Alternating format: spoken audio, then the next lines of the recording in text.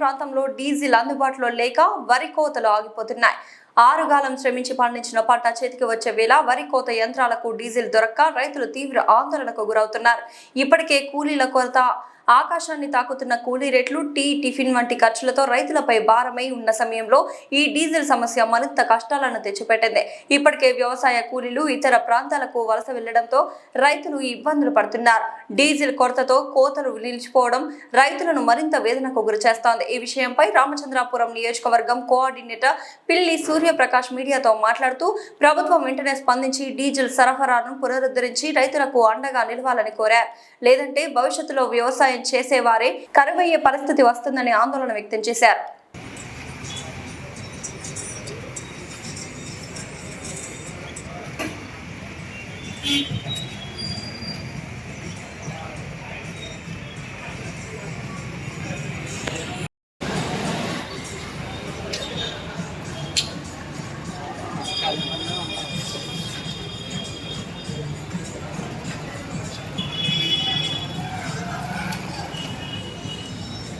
చూసాం.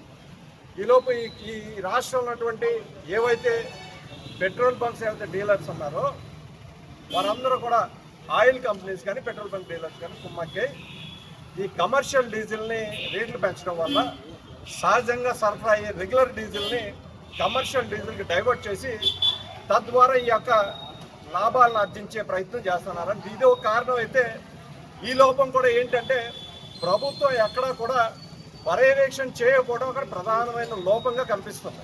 అంటే ఈ రెండు లోపాలు, ఓ పక్కన రాష్ట్రంలో ఉన్నటువంటి ప్రజలు గడిచే 4 రోజుల నుంచి ఏ విధంగా పెట్రోల్ బంకుల దగ్గర పడిగాపులు కాస్తున్నారో మనందరం కూడా చూస్తున్నాం. ప్రభుత్వం నుంచి ఎక్కడ కూడా స్పందన లేదు. చంద్రబాబు నాయుడు గారు మాత్రం క్రెడిట్ చోరీలో నంబర్ 1 అని అందరూ కూడా చెప్పుకుంటూ ఉంటారు. అంటే ఏదన్నా మేలు జరిగితే అది నేనే చేసాను, నా వల్లే జరిగింది, లేకపోతే లోకేష్ గారి వల్లే జరిగింది నారా చంద్రబాబు నాయుడు గారు చెప్తా ఉన్నారు. మరి ఈ నెపాన్ని తీసుకెళ్లి ఎవరి మీద రుద్దుతున్నారయ్యా అంటే ఈ రాష్ట్రంలో ఉన్నటువంటి అధికారుల లోపం వల్ల ఈరోజు ఈ సంక్షోభం ఏర్పడిందని నారా చంద్రబాబు నాయుడు గారు చెప్తా ఉన్నారు. మరి ఎవరి లోపం?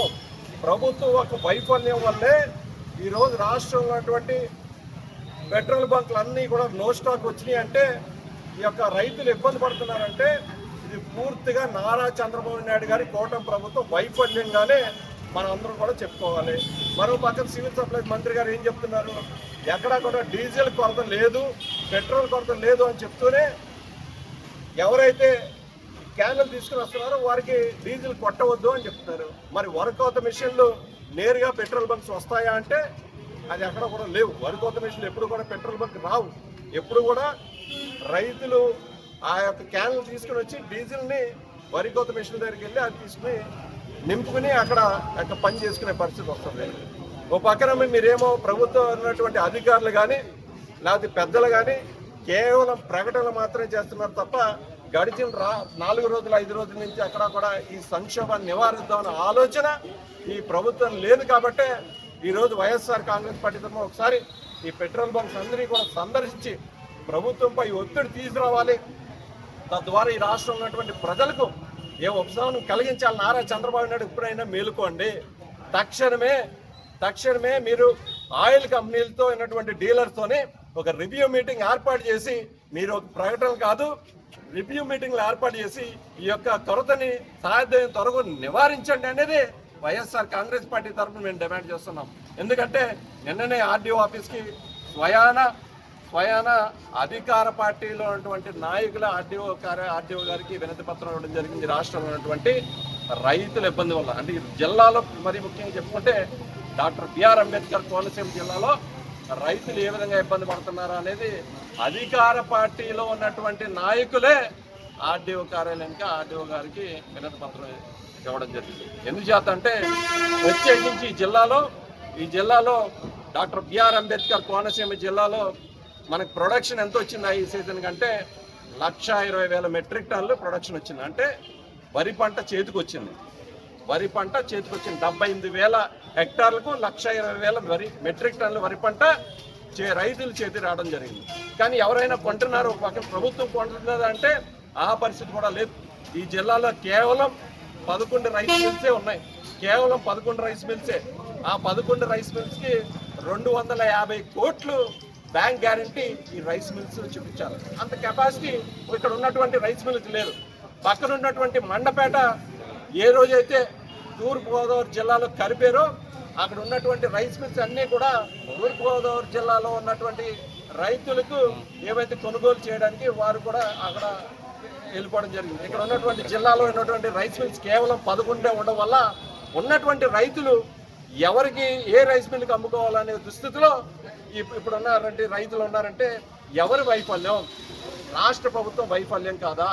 ఇక్కడ ఉన్నటువంటి 11 రైస్ మిల్స్ అంత 1,20,000 మెట్రిక్ టన్నులు కొనుగోలు చేస్తుందంటే అది కూడా సాధ్యపడని పరిస్థితి.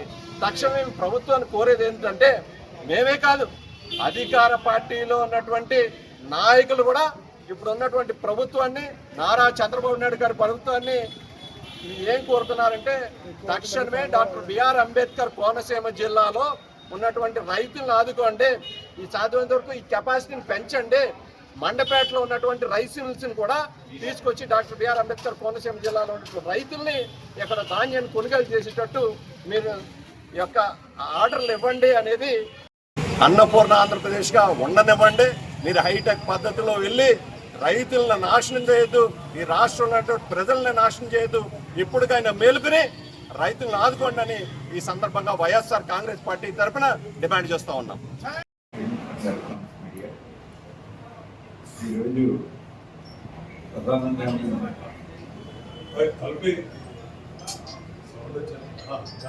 Diesel oil supply farmers agriculture purpose దాని మీద మాట్లాడటానికి ఈరోజు మేము ముందుకు రావడం జరిగింది.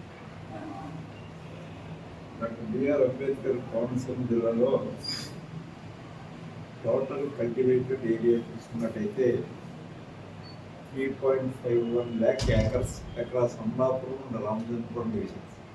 3.51 lakh acres. The entire Konaseema development. Initial agriculture 44,669 hectares under coconut cultivation in the region. అది మన కోనసీమ జిల్లాలో భూమి యొక్క పరిస్థితి. ఇది అగ్రికల్చర్ డిపార్ట్మెంట్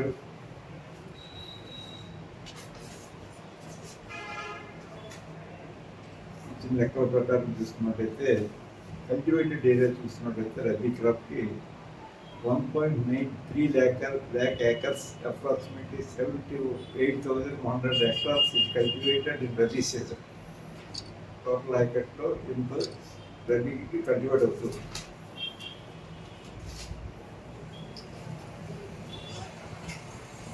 అగ్రికల్చర్ డిపార్ట్మెంట్ సాధారణంగానే మనకి ఒక అలవాటు ఉంది. వారు ఏంటంటే early crop variety agriculture department actively promotes early sowing, తొందరగా కేర్ అనేది అంటే వాటర్ మేనేజ్మెంట్ మెయిన్ దృష్టిలో పెట్టుకుని MTU 1121 వెరైటీ వారు ఎంకరేజ్ చేస్తూ ఉన్నారు. అది ఒక మంచి ఉద్దేశం, దాన్ని నేను కామెంట్ చేయగలుగుతాను. కానీ ఈరోజు ప్రధానంగా మీకు కోరేది ఏంటంటే నిన్న సివిల్ సప్లైస్ గౌరవ సివిల్ సప్లైస్ మంత్రి గారు కూడా వారు కూడా ఇచ్చారు. ఇది హార్వెస్టింగ్ సీజన్ కాబట్టి అగ్రికల్చర్కి సపరేట్ ప్రత్యేకమైన దృష్టితో చూడండి అని ఆయిల్ కంపెనీస్ అన్నింటికి కూడా వారు ఇన్స్ట్రక్షన్స్ కూడా ఇవ్వడం జరిగింది. ఇది ఇప్పుడు హార్టికల్చర్ సీజన్, దీంట్లో హార్టికల్చర్ హార్వెస్టింగ్ సీజన్. దీంట్లో ఖచ్చితంగా వారికి మనం ఆదుకోకపోతే నష్టం ఇంకా పెరిగే సూచనలు కనపడుతూ ఉన్నాయి. ఇంత రాలిపోతుంది అసలే మిషన్లో పోయితే కొంచెం ఎక్కువ రాలితే ఉంటుంది. ఇది మరీ ఎక్కువ రాలిపోయి రైతు తీవ్రంగా నష్టాల్లోకి వెళ్ళిపోయే ప్రమాదం ఉంది. కాబట్టి దానికి ప్రత్యేకమైన కోట రిలీజ్ చేసి దీనికి మీరు ఆ సర్టిఫికెట్ కానీ ఈ సర్టిఫికెట్ కానీ ఎదిరించకుండా లోపల ఉండే స్థానిక బొమ్మలు అందరికీ తెలిసి ఎవరి రైతులో ఎవరు కాదు అంచనాతో వాటికి ఫ్రీ హ్యాండ్ ఇచ్చి దానికి అగ్రికల్చర్కి ప్రత్యేకమైనటువంటి ప్రాధాన్యత ఇవ్వాల్సిన అవసరం ఉంది అనేది మనం చేస్తున్నాం. ఇంకా రెండవది ఏంటంటే ఈ ప్యాడీ పర్చేజింగ్లో కూడా కోనసీమ జిల్లాకు దాదాపుగా మరి 1,20,000 మెట్రిక్ టన్నులు సిద్ధంగా ఉంది అని చెప్తున్నారు.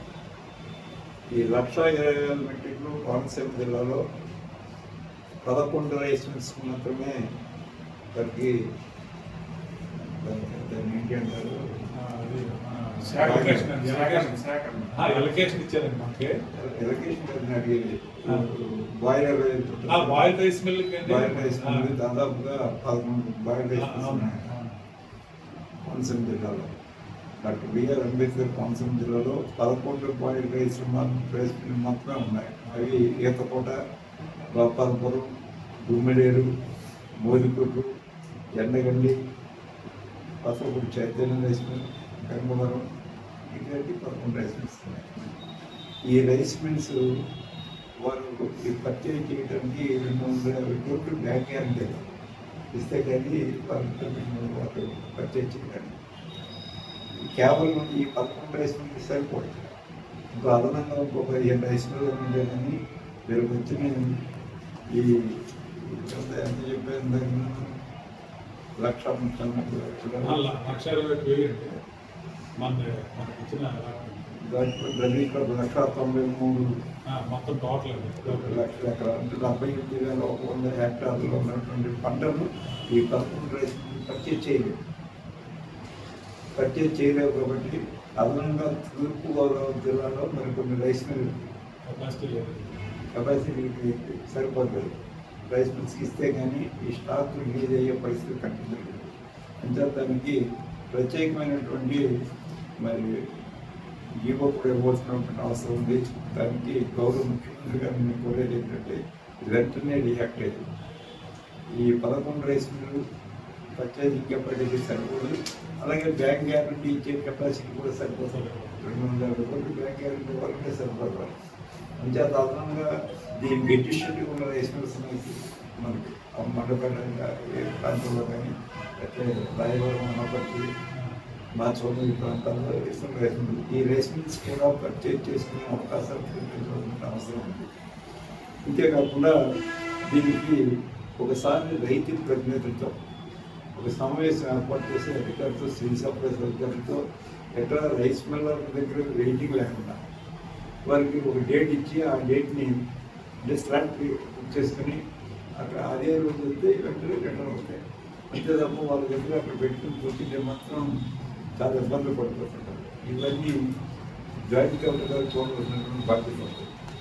తూర్పుగోదావరి జిల్లా జాయింట్ కలెక్టర్ గారు, కోనసీమ డాక్టర్ బిఆర్ అంబేద్కర్ కోనసీమ జిల్లా జాయింట్ కలెక్టర్ గారు దీనికి ప్రత్యేకమైన శ్రద్ధ తీసుకుని ముందు రైతు ప్రతినిధులతో ఒక సమావేశం ఏర్పాటు చేస్తున్నారు. మనకి అన్ని పార్టీల్లోనూ రైతు ప్రతినిధులు ఉన్న ప్రాంతంలో రైతు ప్రతినిధులందరినీ పిలిచి దీనికి అవసరమైనటువంటి ఒక ప్రోగ్రామ్ ఒకటి చర్పాటు చేయవలసిన అవసరం కాబట్టి దాన్ని చర్యలు తీసుకోవాల్సిందిగా కోరుతూ ప్రధానంగా మరోసారి ఇన్స్టిట్యూట్ చేస్తూ ఉన్నాం. డీజిల్ ఆయిల్ మాత్రం రైతులకు అత్యంత ప్రాధాన్యత కోరుతున్న అవసరం ఉంది. హార్వెస్టింగ్ సీజన్లో ఒక్కరోజు డీడీ అయితే చాలు, మరి రాళ్ళు ఎక్కువ రాయిపోయి రైతులు తీవ్రంగా నష్టపోయే ప్రమాదం ఉంది. కాబట్టి దానికి సరైన చర్యలు తీసుకోవాల్సిందిగా కూడా మేము కోరుతున్నాను. వాస్తవంగా ఇబ్బందులు నేను కారణం అనుకోలేదు, దాన్ని నేను మీ మీదేమీ తోసేట్లేదు. కానీ నేను కోరేది ఏంటంటే ఉన్న దాంట్లోనే మనం కొంచెం ప్రాధాన్యత ఇవ్వాల్సినటువంటి అవసరం ఉంది. ఈ దృష్టిలో పెట్టుకుని అనేది మాత్రం వారికి ప్రభుత్వాన్ని విజ్ఞప్తి చేస్తూ సెలవు తీసుకుంటాం.